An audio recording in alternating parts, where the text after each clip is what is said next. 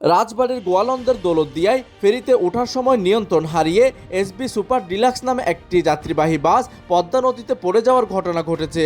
শুক্রবার 5 জুন সকালে 9:30টার দিকে দৌলতদিয়া 7 নম্বর ঘাটে এই ঘটনাটি ঘটে। এই ঘটনায় বাসটির চালকও তার সহকারী আহত হয়েছেন। তবে ফেরিতে ওঠার আগেই বাসের যাত্রীরা নেমে যাওয়ায় বড় ধরনের কোনো হতাহতের খবর পাওয়া যায়নি। এইদিকে বিআইডব্লিউটিসি দৌলতদিয়া ঘাট সহকারী মহাব্যবস্থাপক মোহাম্মদ সালাউদ্দিন এসব তথ্য নিশ্চিত করেছেন। ঘটনার পরপরই বিআইডব্লিউটিসি ও ফায়ার সার্ভিসের উদ্ধারকারী দল দ্রুত সাড়া দেয়। নদীগর্ভে নিখোঁজ হওয়া বাসটি দ্রুত শনাক্ত করার পর উদ্ধারকারী জাহাজ হামজা নদীতে থেকে বাসটি টেনে তোলার কাজ শুরু করেছে। ফায়ার সার্ভিস এবং বিআইডব্লিউটিএ এর ডুবুরি দল বাসের ভেতরে আর কেউ আটকা আছে কিনা তা নিশ্চিত করতে তল্লাশি চালাচ্ছে।